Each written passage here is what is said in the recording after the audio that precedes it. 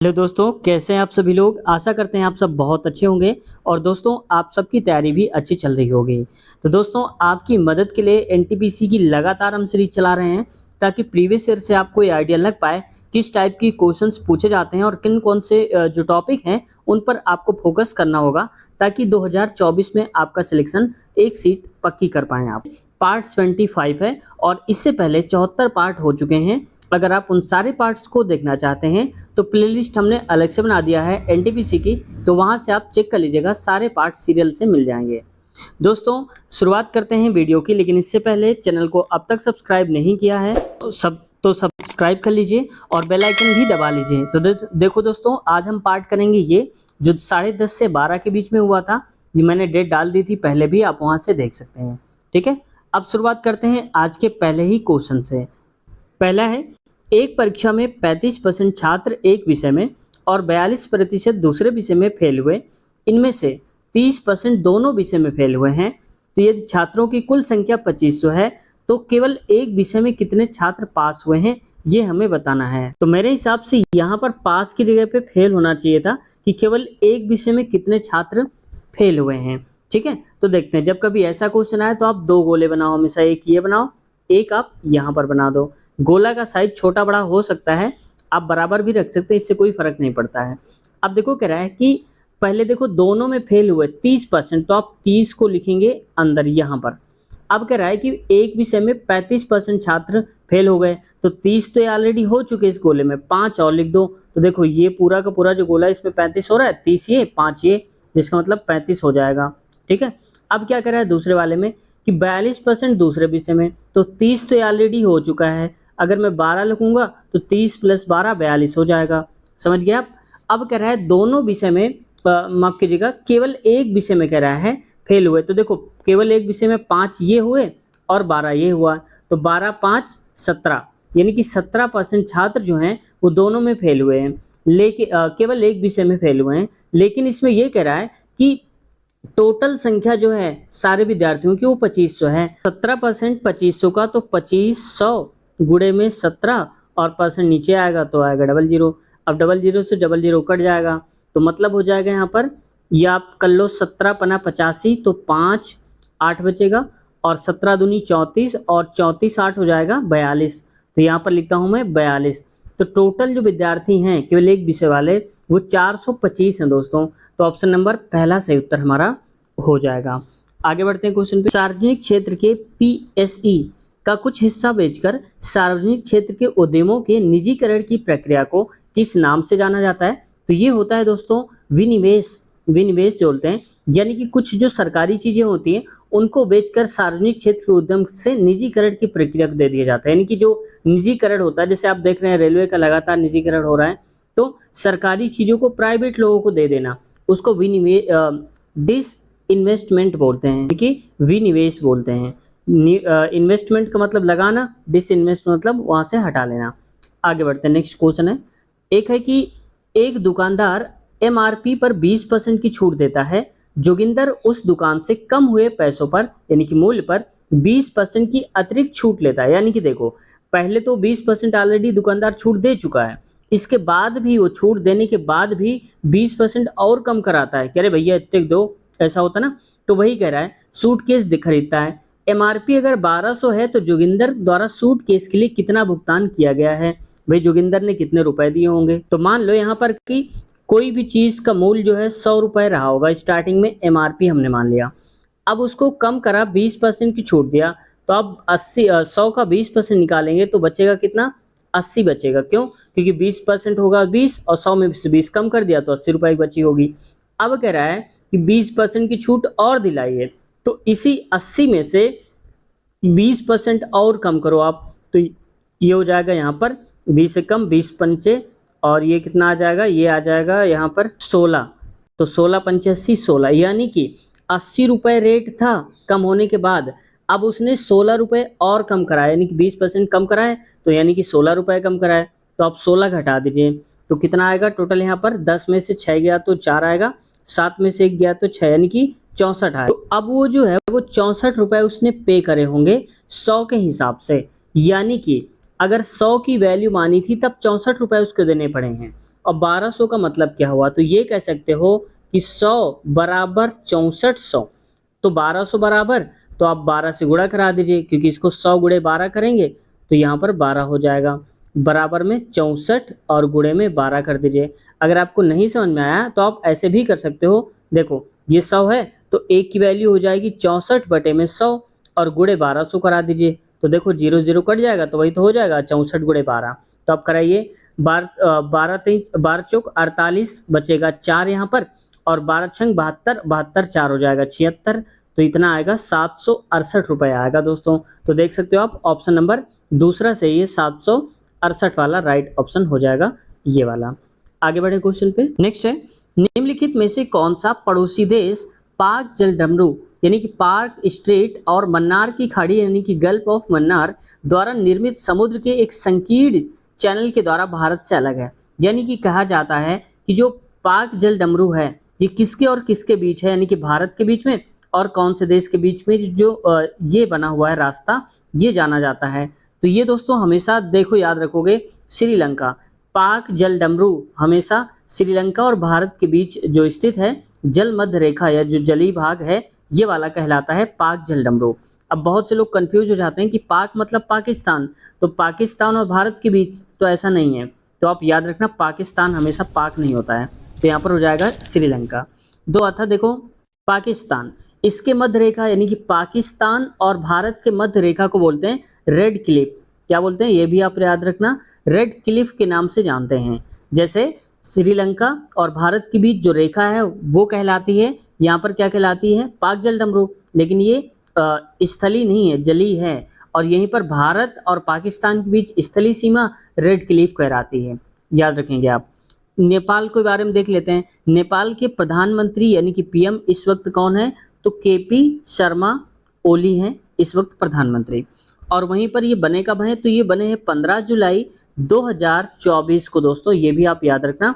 अगर आपको नहीं आता है तो आप नोट कर लीजिए इसको, ठीक है। ये कब बने हैं, 15 जुलाई 2024 को। हालांकि ये डेट तो नहीं पूछी जाएगी, लेकिन अपडेट होना ज़रूरी है आपको। सिर्फ आप ये याद रखना कि कब कौन है इस वक्त, तो केपी शर्मा ओली है यहाँ पर। और वहीं पर अगर राष्ट्रपति की बात करें कि नेपाल के राष्ट्रपति कौन है, तो ये है रामचंद्र पौडेल। मैं यहाँ पर लिख देता हूँ साफ साफ, रामचंद्र पौडेल ये कौन है, प्रेसिडेंट हैं। और ये कौन है, देश के तीसरे यानी कि 3rd नंबर के राष्ट्रपति बने हैं उस देश में। और देखो खास मजे की बात यह है कि इसके पहले इन्होंने चुनाव लड़ा था, 17 बार चुनाव हारे हैं। किसका, विधानसभा का चुनाव 17 बार हारे हैं। इसके बाद वो बन पाए हैं कौन, राष्ट्रपति बने हैं वहाँ पर। आगे बढ़ते हैं नेक्स्ट क्वेश्चन की तरफ है। नेक्स्ट क्वेश्चन देखो कह रहा है कि 6000 और 7000 के बीच की वह संख्या ज्ञात कीजिए जो 12, 21, 32 और 18 से प्रत्येक से विभाज्य हो जाए। तो पहले तो आप ऑप्शन को देखो, सारी की सारी जो संख्याएं हैं वो 6000 और 7000 के बीच में ही लिखी हैं, न 7000 से ज़्यादा है और न 6000 से कोई कम है। तो देखो इनसे भाग देना है, तो डायरेक्ट आप ऑप्शन उठाया करो। तो 12 देखो, 12 का लिख सकते हैं 3 गुणे में 4, यानी कि जो संख्या 3 से कट जाएगी और 4 से कट जाएगी हम कहेंगे वो 12 से भी कट जाएगी। तो पहले लास्ट ऑप्शन से उठाते हैं। तो 3 का मतलब होता है जब चेक करना होता है तो आप काटने नहीं बैठेंगे, नहीं तो टाइम चला जाएगा। सारे डिजिट जोड़ दो आप, 6 4 10, 10 आएगा तो 10 3 से तो कटता नहीं। जब ये 3 से नहीं कटेगा तो फिर इससे नहीं कटेगा, तो बाकी से हमें कोई मतलब भी नहीं है, ठीक है। तो ये पूरा पूरा ऑप्शन हट गया हमारा। बचा 48, 64 80 बचा।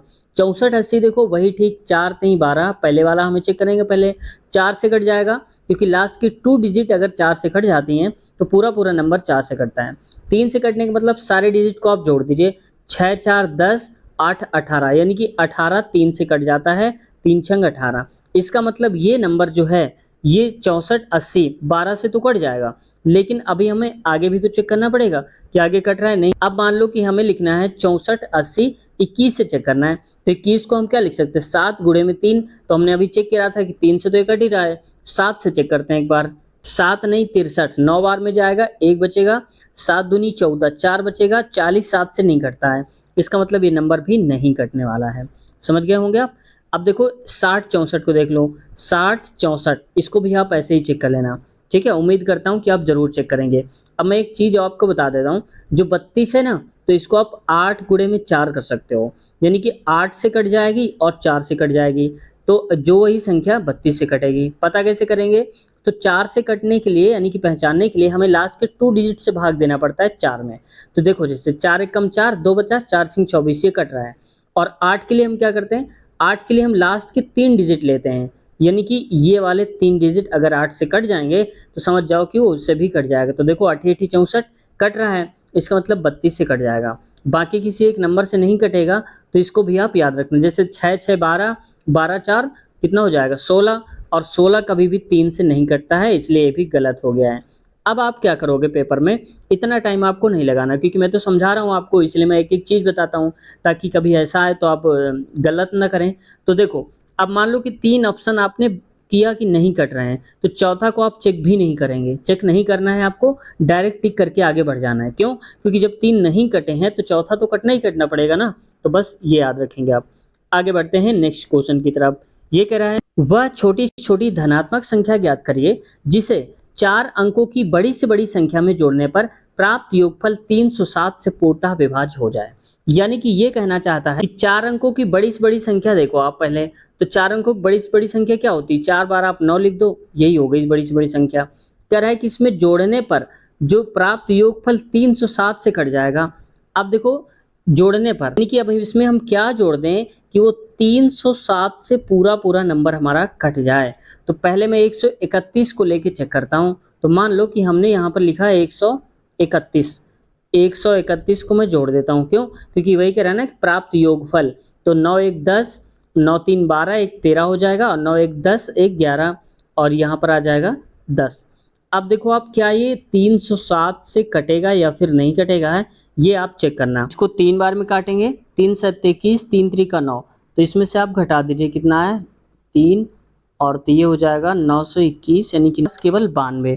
और यहाँ पर एक लिखा था तो 121 हो जाएगा, 921 हो जाएगा टोटल पूरा का पूरा। और 921 देख लो, अभी हमने किया था कि अगर 921 को 307 से डिवाइड करेंगे तो कितनी बार में जाएगा? 3 बार में जाएगा। तो 3 बार में पूरा का पूरा नंबर एक कट जाएगा। दोस्तों ऑप्शन नंबर इसका पहला सही उत्तर हो जाएगा। अब आप में से बहुत से लोग कंफ्यूज हो गए होंगे कि सर ये क्या कर दिया, समझ में नहीं आ रहा। तो देखो, जिसको नहीं आए तो एक काम कर लो, मैं सीधा सा बता देता हूँ, आप अपने हिसाब से कैलकुलेशन कर लेना। 4 बार हमने 9 लिखा, क्यों लिखा? सबसे बड़ी संख्या है ये। अब कह रहा है कि जो भी हम जोड़ें, तो मैंने 131 जोड़ दिया, 132 जोड़ दिया, तो एक तो 32 जोड़ने पर जो भी आंसर आ रहा है, मान लो ये आ रहा है, तो इसका भाग हमें देना है किससे? 307 से भाग देना है। बस जो भी आंसर आए आप चेक कर लेना, ऐसे करना है। ठीक है, आगे बढ़ते हैं क्वेश्चन पे। नेक्स्ट क्वेश्चन है, निम्नलिखित में से क्या नाभिकीय ऊर्जा उत्पादन का प्रमुख खतरा है? तो ये देखो, भंडारण और प्रकीर्णन जो होता है, ये सबसे बड़ा खतरा होता है नाभिकीय ऊर्जा जब हम उत्पादित करते हैं। अगला क्वेश्चन, ए किसी कार्य के 25% भाग को 10 दिनों में पूरा करता है, बी कार्य के 40% भाग को 40 दिनों में, सी कार्य के 1/3 भाग को 13 दिनों में पूरा करता है। तो इनमें से कौन उस कार्य को सबसे तेजी से करता है? तो सबसे तेजी से काम वो करेगा जो सबसे कम दिन लेगा। जैसे मान लो, अगर आप 1 दिन में काम कर डालते हो और दूसरा आपका भाई है वो 5 दिन लगाता है, तो सबसे तेजी से किसने काम किया? आपने करा ना, तब तो सभी जल्दी से कर डाला। तो वही यहाँ पर देखना है। तो आप बताओ कि 25% काम को वो 10 दिन में अगर करेगा, तो 25% काम को 10 दिन में, तो 100% काम होता है। तो 100% का मतलब क्या है? 4 से गुणा, तो यहाँ पर 4 से यहाँ से गुणा, यानी कि 40 दिन में वो काम को कर डालेगा। तो पहला वाला जो है यानी कि ए, वो काम को कर डालेगा 40 दिनों में। अब आती है बी की बारी। तो बी कहता है कार्य के 40% भाग को 40 दिनों में कर डालता है। तो 80% भाग को कितने दिन में करेगा? तो 80% का मतलब इसका दोगुना 80 दिन में करेगा, और 100% 100 दिन में करेगा। भाई 40 दिन में 40% कर पाता है ना, तो 100 दिन में 100, इसका मतलब 100 दिन लगाएगा ये काम करने में। वहीं पर जो सी है दोस्तों, वो 1/3 भाग को 13 दिन में करता है। तो 1/3 की वैल्यू अगर 13 है, तो 1 की वैल्यू क्या हो जाएगी? 39, यानी कि वो एक पूरे काम को 39 दिन में कर डालता है। तो ये लगाएगा 39 दिन। अब आप बताओ कि सबसे ज़्यादा कम जो है, सबसे कम टाइम कौन लेता है? तो आप कहेंगे सी, ये लेता है केवल 39 दिन। तो सबसे तेजी से कौन करेगा? सी ही तो करेगा। तो ऑप्शन नंबर पहला सही उत्तर हो जाएगा। वहीं अगर ये पूछ लिया जाता कि सबसे लेट कौन कौन करेगा, सबसे धीरे काम कौन करता है, तो जो सबसे ज़्यादा दिन लेता है, तो सबसे ज़्यादा दिन कौन ले रहा है? बी, यानी कि 100 दिन ले रहा है। बस डायरेक्ट ये उत्तर है और कुछ नहीं करना था। अगला क्वेश्चन देखो, बुकर पुरस्कार जीतने वाली पहली भारतीय महिला का नाम निम्नलिखित में से क्या है? तो ये अरुंधति रॉय है। तो देखो, ये जब कभी हमने बोला है कई बार कि जब पहली सर्वप्रथम या सबसे पहले ऐसा वर्ड आता है तो अपने आप में वो इम्पोर्टेंट हो जाता है। तो ऑप्शन चौथा करेक्ट आंसर हो जाएगा। आगे बढ़ते हैं क्वेश्चन पे। नेक्स्ट है कि सर विलियम जोन्स ने डैश में एशियाटिक सोसाइटी की स्थापना की थी। तो 1784 में करी थी एशियाटिक सोसाइटी की। हालांकि यहाँ तो नाम भी दे दिया है विलियम जोन्स। देखो, कई बार इसको घुमाकर पूछा जाता है। क्या पूछा जाता है? एशियाटिक सोसाइटी की स्थापना किसने की थी? तो आप कहेंगे विलियम जोन्स ने। कब की थी? 1784 में की थी। आगे बढ़ते हैं नेक्स्ट क्वेश्चन में। निम्नलिखित में से किसमें जेनेटिक इंजीनियरिंग शामिल है? तो ये जीन क्रांति जो है इसमें शामिल है, जो जेनेटिक इंजीनियरिंग होता है। ठीक है, अगला क्वेश्चन देखो। नेक्स्ट है, निम्नलिखित में से कौन सा विकल्प ऑपरेटिंग सिस्टम को परिभाषित करता है? तो देखो, कंप्यूटर का क्वेश्चन है और एक दो क्वेश्चंस हर एक सेट में कंप्यूटर से आ ही जाते हैं और यहीं पर खेल हो जाता है मेरिट का ऊपर नीचे। तो देखो, क्या कह रहा है कि यह उन प्रोग्राम्स का एक सेट है जो कंप्यूटर के काम करने के तरीकों को नियंत्रित करता है और अन्य प्रोग्राम्स को चलाता है। तो बिल्कुल सही है, ये हो जाएगा तीसरा वाला करेक्ट आंसर है। नेक्स्ट बढ़ते हैं आगे। देखो, कथन निष्कर्ष है। डायरेक्ट हम आते हैं कथन पे। कथन कह रहा है कि सभी गेंदें फूल हैं। तो देखो, जब कभी सभी वर्ड आता है तो आप दो गोले बनाओ।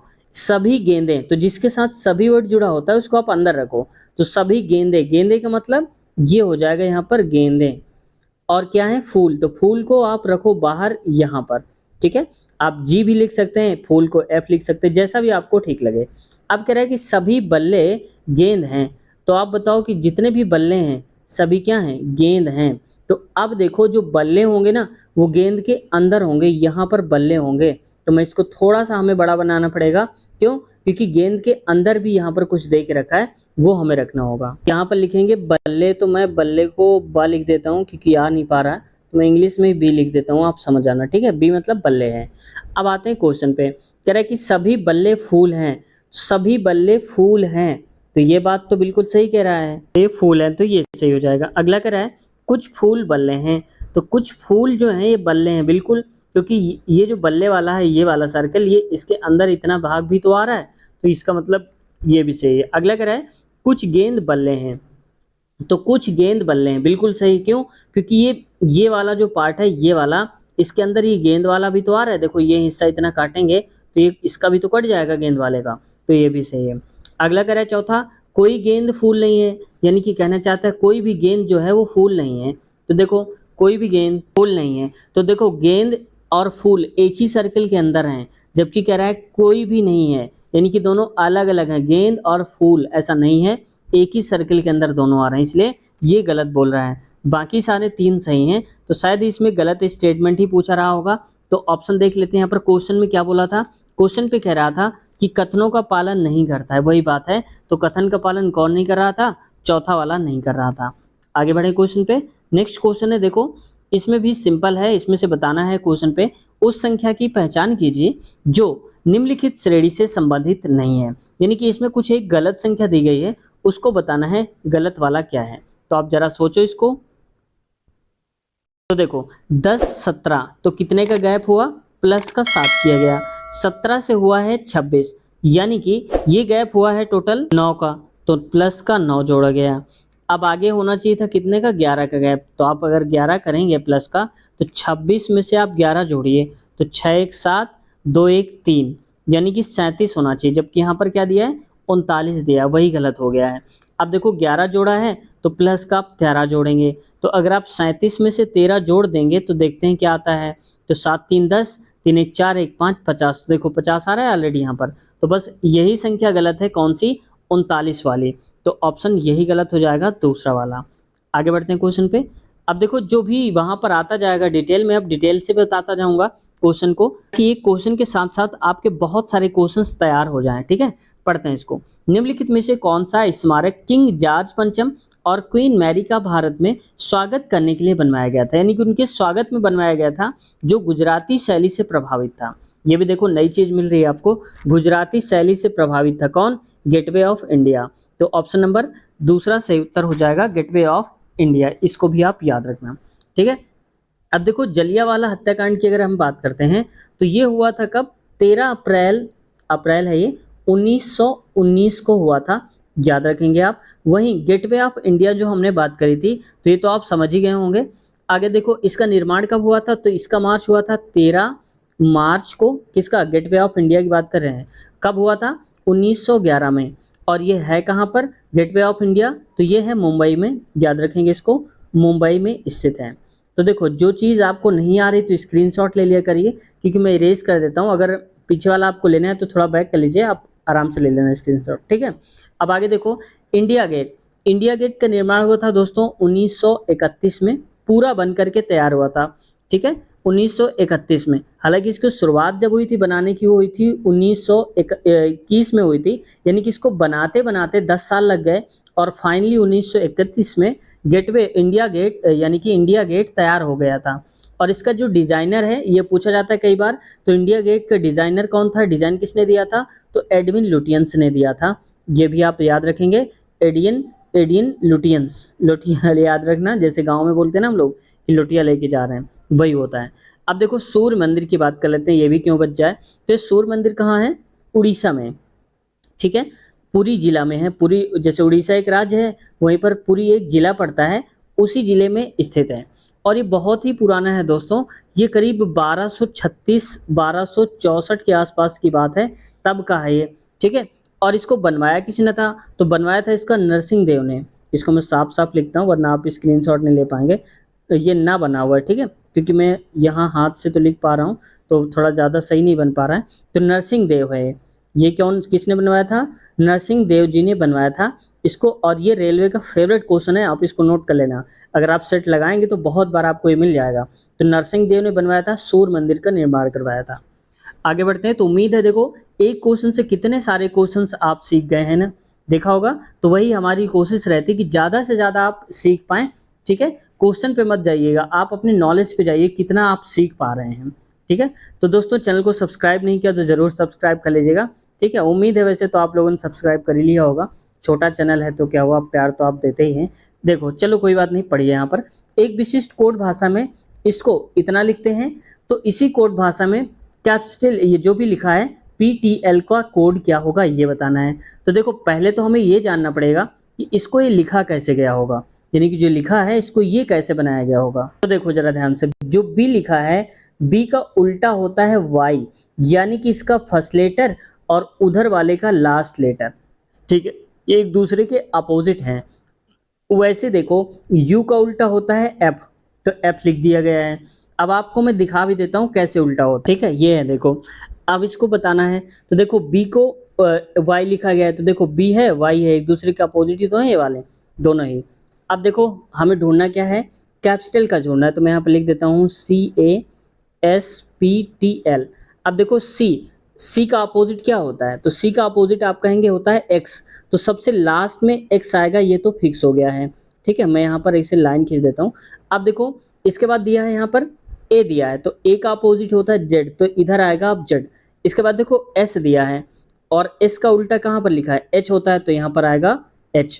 तो देखो आप लास्ट से भी देख सकते हो अगर कोई मिल रहा है तो XZH, तो XZH XYH ऐसे करके दिया है, तो XZH यहीं से आप सही कर सकते हो। तो पेपर में आपको स्मार्ट तरीका अपनाना है, आपको ये सारे के सारे जो हैं पूरे के पूरे मैच नहीं करना, स्मार्ट तरीका अपनाना। जैसे देखो XZH मिल गया हमको, तो लास्ट में XZH इसी में केवल दिया है, बाकी किसी में नहीं दिया है, तो बस सही उत्तर हमारा यही चौथा हो जाएगा, राइट ऑप्शन, ठीक है। तो यहीं से आप सही करना है, बाकी के अगर आप मैच करना चाहते हैं तो भी आप मैच कर लीजिएगा, ठीक है, आपको ऐसे ही मिल जाएंगे। आगे बढ़ते हैं क्वेश्चन की तरफ। नेक्स्ट कह रहा है निम्नलिखित व्यंजक का मान कितना है ये बताना है।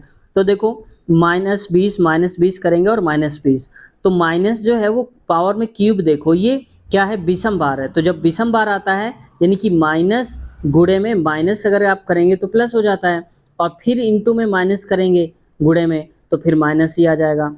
इसका मतलब जब 20 का क्यूब करेंगे, 20 गुणे 20 गुणे 20, तो 2 दूनी 4 दूनी 8 और 3 जीरो आप और लगा दीजिए, तो माइनस का ये हो गया।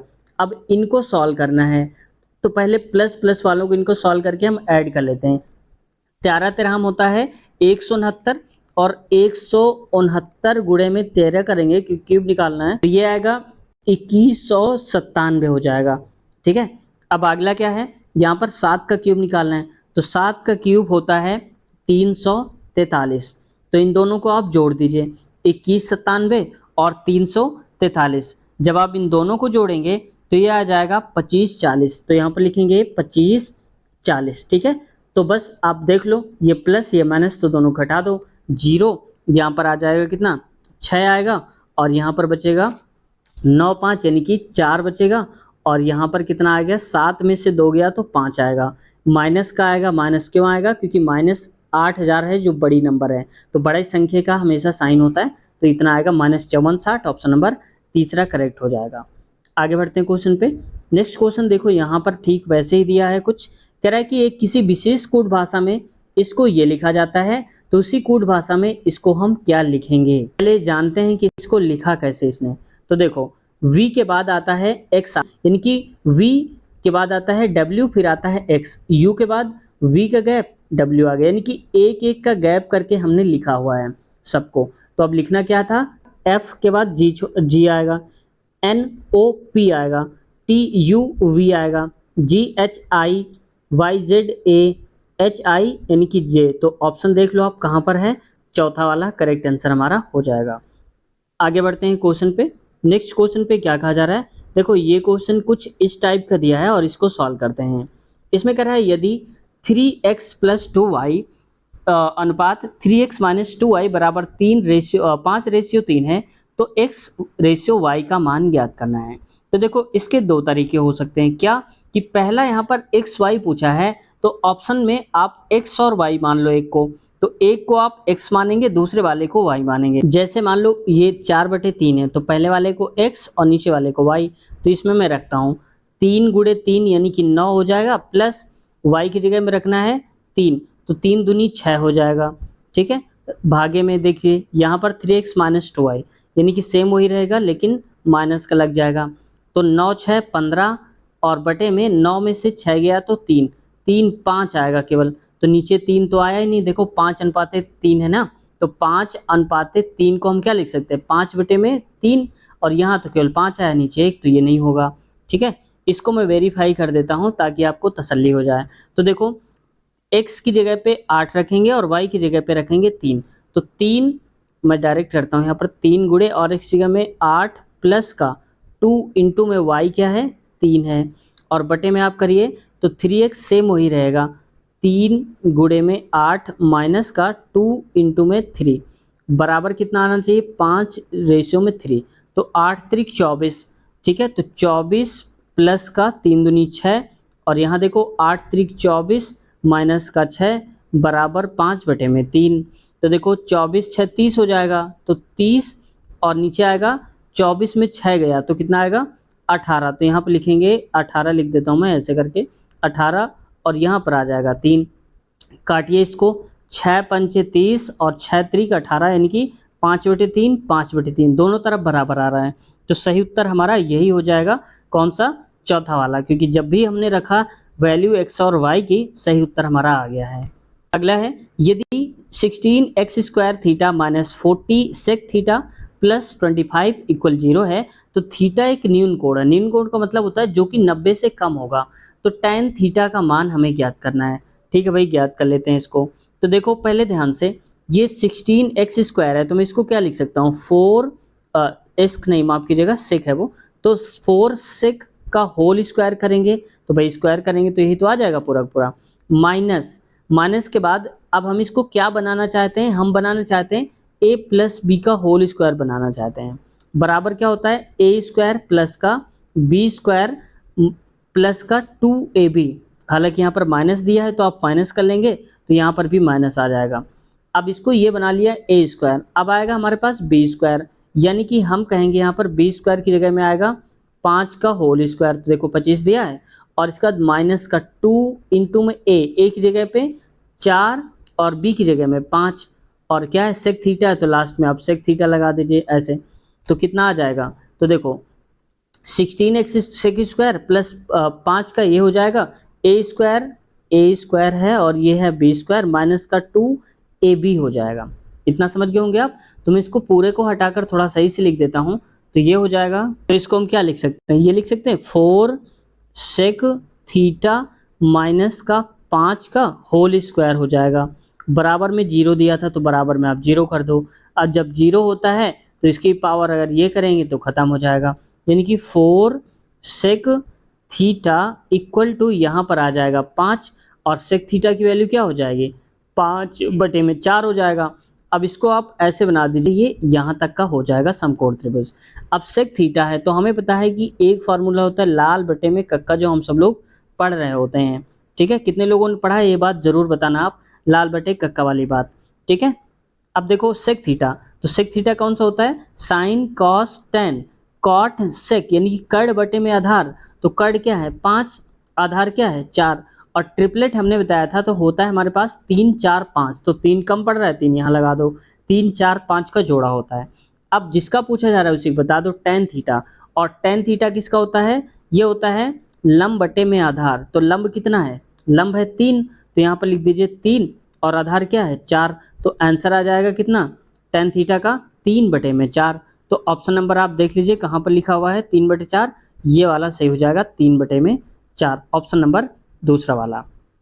तो दोस्तों आज के क्वेश्चन हम यहीं तक कर पा रहे हैं क्योंकि वीडियो थोड़ा सा लंबी हो रही है, और क्वेश्चन इसके आगे वाले हम कवर करेंगे और डिटेल से भी हम कवर करने की कोशिश करेंगे। कल और डिटेल से हम क्वेश्चन जानेंगे क्योंकि एक एक पॉइंट से कई सारे पॉइंट्स निकलते हैं, और अगर कभी क्वेश्चन घुमा करके आता है तो आपका गलत नहीं होगा और आप आसानी से उसको करके आएंगे, और एक क्वेश्चन के साथ साथ आप 10-5 क्वेश्चन जरूर पढ़ पाएंगे। तो अगर आपने 10 क्वेश्चन भी पढ़ लिए ना तो आप समझ लो कि कम से कम नहीं तो 25-40 क्वेश्चन आपके तैयार, तो उससे भी अगर क्वेश्चन आते हैं तो गलत नहीं होंगे, तो ये फायदा होगा आपको। तो ठीक इसी प्रकार से इसके आगे वाले ये सारे क्वेश्चन जो आप देख पा रहे होंगे ये हम करेंगे अगली वीडियो में, और अगली वीडियो के लिए आपको कहीं जाना नहीं है, इसी वीडियो जिस वीडियो को आप देख रहे हैं तो नीचे डिस्क्रिप्शन में आप चेक करिए, वहां पर लिंक दिया होगा सबसे ऊपर ही अगला पार्ट, तो अगला पार्ट के आगे लिंक है, उस लिंक पे क्लिक करिए डायरेक्ट अगला पार्ट खुल जाएगा आपके पास। ठीक है, वही शुरू हो जाएगा, आपको देखना है। तो दोस्तों साथ ही साथ अगर आप एएलपी टेक्नीशियन या ग्रुप डी की भी तैयारी कर रहे हैं तो भी हमने प्रीवियस ईयर करवा दिए हैं उनके, और लगातार उनको करवा भी रहे हैं, और प्लेलिस्ट में हमने सबको अलग अलग लगा दिया है, यानी कि एएलपी टेक्नीशियन के सारे पेपर जो भी अब तक कराए हैं उसकी प्लेलिस्ट वहाँ मिल जाएगी अलग से, और एनटीपीसी का अलग से प्लेलिस्ट, ग्रुप डी का अलग से, और रेलवे में जो हमने इंटरव्यूज़ लिए हैं वहाँ जा करके कि क्या सैलरी रहती है, क्या सिलेबस पढ़ें, कैसे सिलेक्शन होता है, तो जो लोग वहाँ सिलेक्ट होकर आए हैं तो अपनी स्ट्रेटजी बताते हैं कि हमने कैसे क्या किया था तो हमारा सिलेक्शन हुआ है।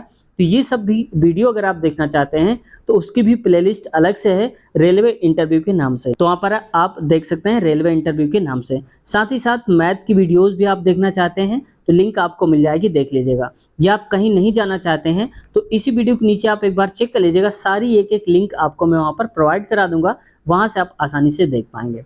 दोस्तों चैनल से कुछ सीखने को मिला हो, चैनल अच्छा लगा हो तो सब्सक्राइब कर लीजिए, क्योंकि एक सब्सक्रिप्शन आपका जो होता है हमें बहुत मोटिवेट करता है, तो और मोटिवेशन मिल जाता है ताकि हम नई नई वीडियोज़ आपके लिए ला पाते हैं। तो आप ही का प्यार है जिसकी वजह से हम ये सब कर पा रहे हैं, वरना कर भी ना पाते। ठीक है, तो दोस्तों उम्मीद है सब्सक्राइब कर लिया होगा और लाइक भी कर दिया होगा, क्योंकि मैं कभी ये नहीं बोलता हूँ कि मेरी वीडियो को शेयर करो लाइक करो दोस्तों में, ऐसा नहीं बोलता हूँ। ठीक है, लेकिन जैसी आपकी इच्छा हो आप कर दिया करिए। ठीक है, लेकिन ये आपको याद दिला दिया, याद आ गया। चलिए मिलते हैं अगले पार्ट में। कोई किसी का क्वेश्चन है तो देखो पूछ लिया करो, यहाँ पर डायरेक्ट कमेंट करो, मैं आपका जवाब दूंगा। किसी भी टाइप का कोई क्वेश्चन है, कोई डाउट है, कुछ भी है, या कोई क्वेश्चन नहीं समझ में आया है तो आप ज़रूर उसको पूछ लीजिएगा। मिलते हैं नए वीडियो में, अपना ख्याल रखिएगा, टेक केयर, बाय बाय।